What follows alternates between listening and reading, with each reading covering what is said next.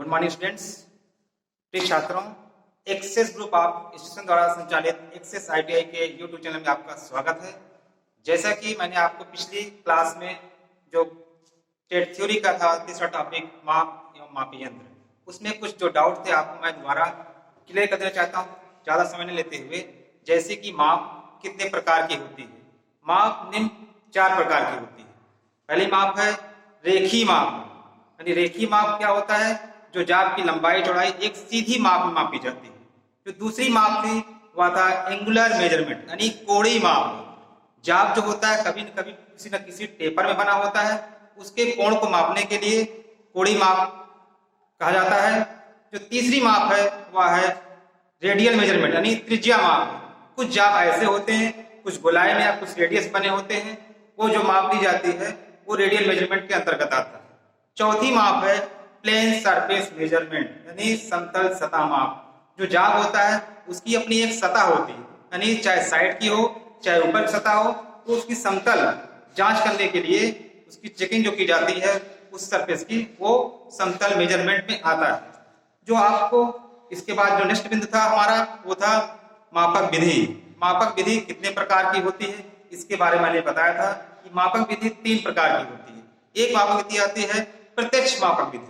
उसमें क्या होता है, जाप का जो है माप तुरंत पता लग जाता है, यानी कि कितनी लंबाई है कितनी चौड़ाई है, उससे जो हम मापते हैं उस जाप की लंबाई कितनी है चौड़ाई कितनी है, जो उस यंत्रों से मापते हैं जैसे स्टील रूल, तो उससे क्या होता है उस जाप की माप तुरंत पता लग जाती है। नेक्स्ट जो है अप्रत्यक्ष मापक विधि है, जो दूसरा मापक विधि, उसमें क्या होता है जाप का जो है माप तो ले लिया जाता है लेकिन माप बता नहीं सकते, इसलिए उस माप को दोबारा ट्रांसफर करना पड़ता है स्टील रूल पे जाकर के, जिससे उस माप का ज्ञान होता है कि हाँ इसकी लंबाई इतनी है। तीसरी है मापक विधि, वह है तुलनात्मक। उसमें क्या होता है जैसे आप लोग क्लास में बैठे हैं, इसमें बहुत सारे बच्चे हैं, किसी न किसी का साइज अधिक है किसी का कम है। उसमें क्या होता है कि एक स्टूडेंट को खड़ा कर लेते हैं, उसके समकक्ष हम लाइन से लगा देते हैं, इससे पता लगता है कि हाँ इसके लेवल के ये बच्चे हैं। यानी उसी तरह जाप होता है, जाप बहुत से रखे होते हैं, उसमें एक मास्टर पीस जाप उठाते हैं, उसी तरह हम जाप को एक बराबर माप में चेक करते हैं कौन इसके समकक्ष में है। इस प्रकार ये 3 प्रकार की मापक विधि होती है। नेक्स्ट हम बताए थे बिंदु पे कि मापी यंत्र। मापी यंत्र कितने प्रकार के होते हैं? मापी यंत्र 2 प्रकार के होते हैं। एक होता है साधारण मापी यंत्र, दूसरा होता है सूक्ष्म मापी यंत्र। साधारण मापी यंत्र जो होता है उसमें 0.5 मिलीमीटर से लेकर के आपका जो इंच में होता है वो 1/64 इंच होता है ब्रिटिश में। तो इस तरह के सब जो इंस्ट्रूमेंट होते हैं वो साधारण मापी के अंतर्गत आते हैं। यानी न्यूनतम माप उसकी होती है 5.5 मिलीमीटर और इंच में 1/64 इंच सबसे न्यूनतम माप, तो वो सभी साधारण मापी यंत्र में आते हैं।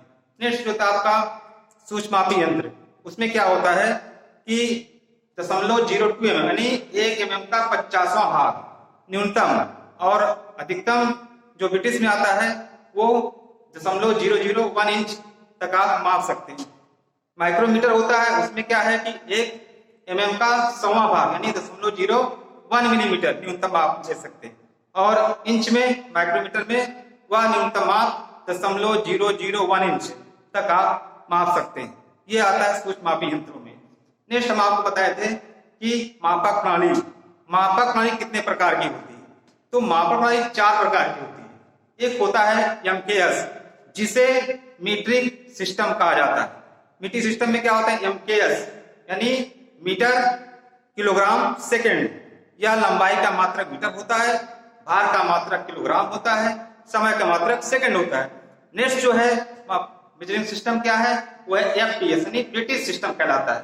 उसमें क्या होता है कि लंबाई को फुट में मापा जाता है और भार को पाउंड में और समय को सेकंड में मापा जाता है। नेक्स्ट जो तीसरा है प्रणाली वो है CGS यानी वो फ्रांसीसी प्रणाली कहलाती है। उसमें क्या होता है लंबाई को सेंटीमीटर मापा जाता है और भार को ग्राम में मापा जाता है, समय को सेकंड मापा जाता है। नेक्स्ट जो चौथा है SI यानी अंतरराष्ट्रीय सिस्टम। इसमें क्या है कि MKS और CGS को मिला के बनाया गया है। इसमें क्या होता है कि ये पूरे भारत में पूरे विश्व में इस प्रणाली को माना जाता है। इसमें क्या है हम लंबाई को मीटर माप सकते हैं, सेंटीमीटर माप सकते हैं, मिलीमीटर माप सकते हैं, भार को किलोग्राम में माप सकते हैं, ग्राम में माप सकते हैं, मिलीग्राम में माप सकते हैं, लेकिन समय एक ऐसा मानक है जो सब में कॉमन है, यानी समय को हम सेकंड में माप सकते हैं। इस प्रकार मैंने पिछली क्लास में आपको माप के बारे में बताया था। आज मैं आपको कटिंग टूल्स, जो फिटर थ्योरी का चौथा टॉपिक है, उसके बारे में आपको बताएंगे। उसमें पहला है आपका हेक्सा। हेक्सा क्या है? हेक्सा एक कटिंग टूल है। हेक्सा एक कटिंग टूल है, हेक्सा। तो हम बात करते हैं हेक्सा के बारे में कि हेक्सा क्या है। आप जानते हो कि वर्कशॉप में बहुत सारे जाग होते हैं, उनको बनाना पड़ता है, उसका एक डायग्राम होता है, डायग्राम के अकॉर्डिंग जाग को काटना पड़ता है। तो जाग को काटने के जो जिस साधन का इस्तेमाल करते हैं वह साधन हेक्सा कहलाता है। लेकिन हेक्सा कब कहलाता है? जब उस हेक्सा में हेक्सा ब्लेड और फ्रेम दोनों साथ क्लैंप होता है, तब वह हेक्सा कहलाता है। तो अगर अलग अलग दोनों पार्ट हो जाते हैं, जैसे हेक्सा ब्लेड और हेक्सा फ्रेम, तो वह कटिंग टूल में नहीं आता है। तो जब हम दोनों को क्लैंप कर देते हैं, नहीं हेक्सा ब्लेड को और हेक्सा फ्रेम को, तब वह हेक्सा कहलाता है, तब वह कटिंग टूल के अंतर्गत आता है। तो हम बात करते हैं हेक्सा फ्रेम के बारे में। Hexa frame, hexa frame, hexa frame किस आकार का होता है? हेक्सा फ्रेम अंग्रेजी अक्षर के सी के आकार का होता है। जैसे कि अब ये क्या है? हेक्सा है, इसका आकार अंग्रेजी अक्षर के सी के आकार का है। तो हेक्सा फ्रेम किस पदार्थ का बना होता है? हेक्सा की लंबाई क्या होती है? हेक्सा के पार्ट्स कौन से होते हैं? इसके बारे में आपको डिटेल बताते हैं। ये हेक्सा फिक्स हेक्सा, यानी इसमें क्या है, इसकी लंबाई निश्चित होती है।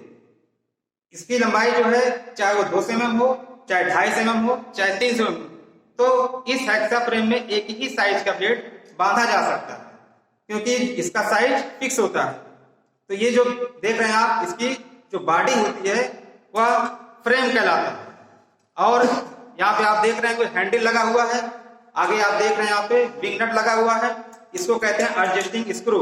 यहाँ पे आप देख रहे हैं एक फिक्स स्क्रू लगा हुआ है, ये हैंडल के साथ फिक्स होता है और ये इसको एडजस्ट किया सकता है। इसमें क्या है कि आप जब ब्लेड लगाएंगे तो ब्लेड को टाइट करने के लिए और ब्लेड को खोलने के लिए इसको स्क्रू के द्वारा क्लैंप और खोला जाता है। अब इसके बाद बात करते हैं हम, नेक्स्ट फ्रेम आपका है, ये पहला था आपका फिक्स हेक्सा फ्रेम। कौन सा? Fix hexa frame. दूसरा है आपका एडजस्टेबल हेक्सा फ्रेम। जो दूसरा आपका हेक्सा है, यह है एडजस्टेबल हेक्सा फ्रेम। आप इसमें देख रहे होंगे, यह एक खोखले पाइप का बना होता है। जो इसका पदार्थ होता है वो माइल्ड स्टील का होता है। इसमें आप देख रहे होंगे एक पाइप का व्यास थोड़ा बड़ा है, दूसरे पाइप का व्यास छोटा है। इसमें आप देख रहे हैं एक सुराख बना हुआ है, जिसके अंदर एक नट लगा हुआ है, यानी स्क्रू लगा हुआ है। इसकी सहायता से इसके साइज को हम कम ज्यादा कर सकते हैं। इस हेक्सा फ्रेम में हम जो 200 mm का हो, 2.5 mm का हो, 300 mm का हो, इसमें हम हेक्सा ब्लेड को क्लाइंब कर सकते हैं, क्योंकि ये इसको हम एडजस्ट कर सकते हैं, इसलिए इसको एडजस्टेबल हेक्सा फ्रेम कहा जाता है।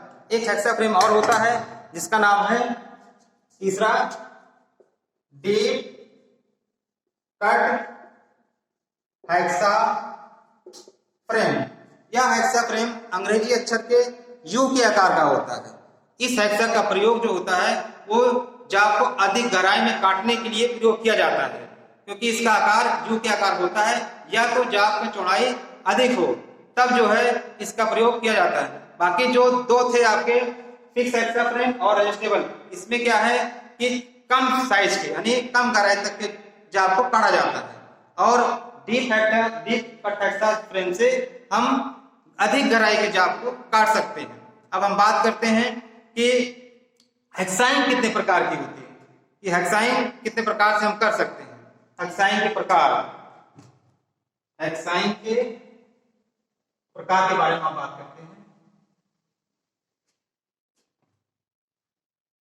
हेक्साइन के प्रकार, जाग को कई प्रकार से काटा जाता है। तो हेक्सा किस प्रकार से हम हेक्साइन करेंगे जाब को, वो किस श्रेणी में आता है। पहला जो है हेक्साइन है स्ट्रेट हेक्साइन। स्ट्रेट हेक्साइन, इसमें क्या होता है, जाब को एक सीध में काटा जाता है। जैसे आपको हम एग्जांपल को दिखाते हैं, जाब है,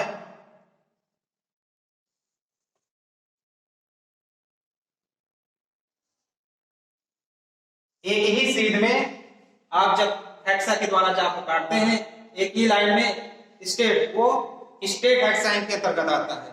दूसरा जो होता है वह है step hexyne. Step hexyne, step hexyne में क्या है, जैसे ये जाब है, आप देख रहे हैं जाब, ये इसमें जो कटिंग हुई है वो स्टेप कटिंग हुई है। आपने देखा इस प्रकार से इधर से इधर से, तो ये कटिंग जो होती है स्टेप हेक्साइन के अंतर्गत आता है। तीसरा है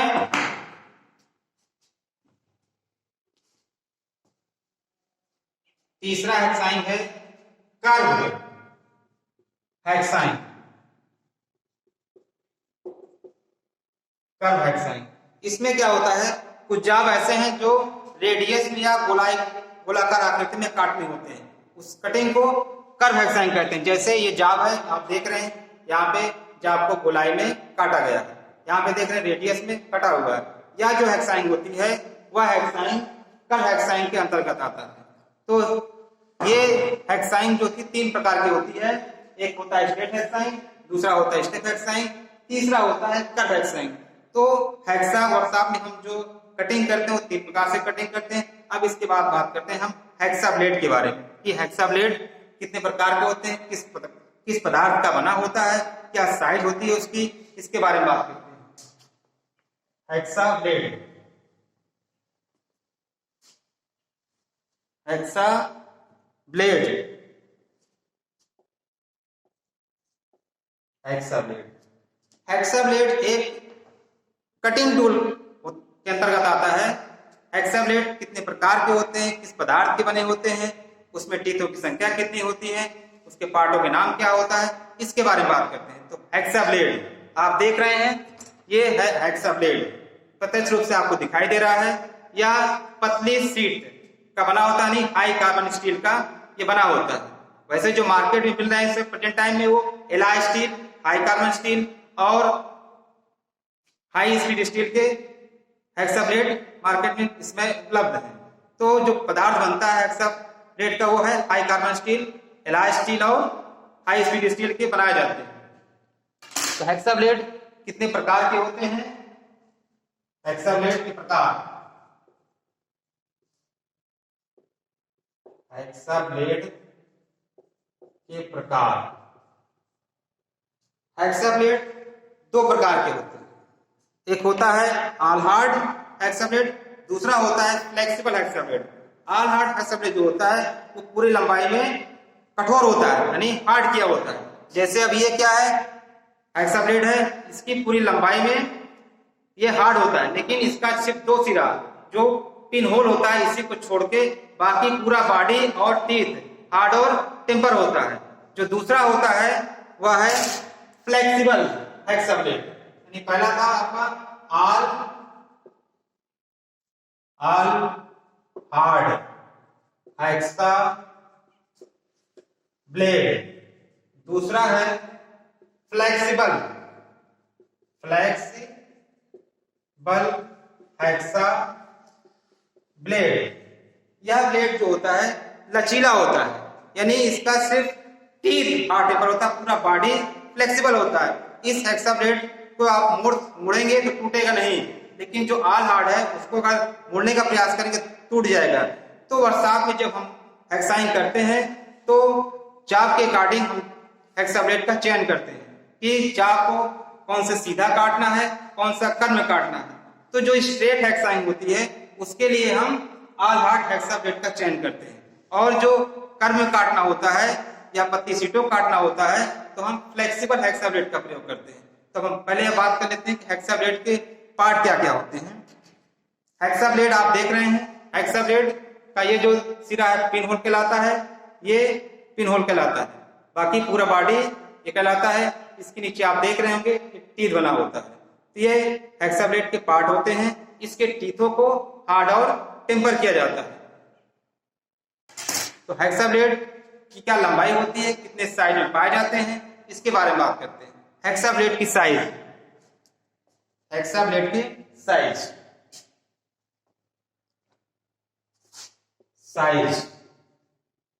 हेक्साब्लेड निम्न साइज में पाए जाते हैं। हेक्साब्लेड की जो लंबाई होती है वह 250 से 300 mm तक उपलब्ध होते हैं। 250 से 300 mm की लंबाई में पाए जाते हैं। तो हेक्साब्लेड की लंबाई कहां से कहां तक मापी जाती है? हेक्साब्लेड है ये,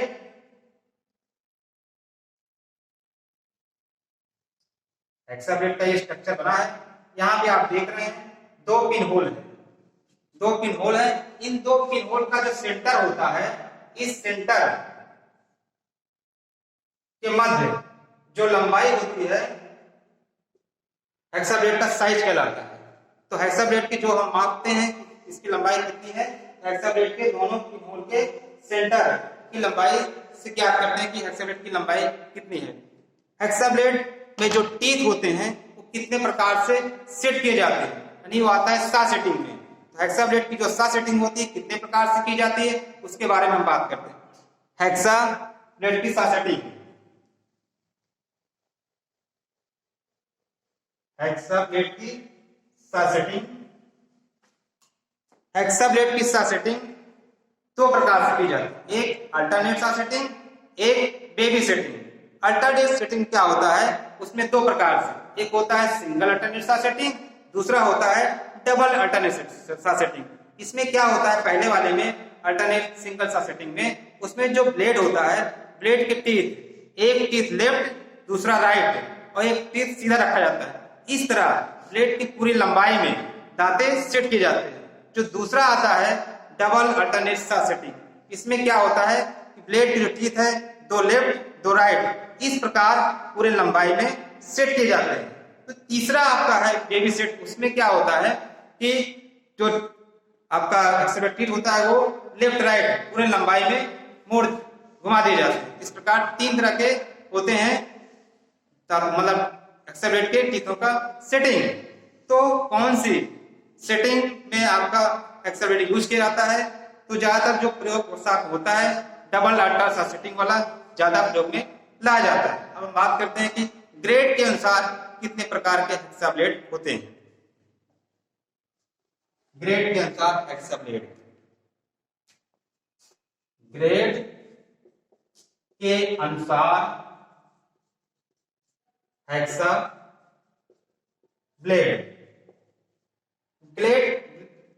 ग्रेड के अनुसार हेक्साब्लेड निम्न 4 प्रकार के होते हैं।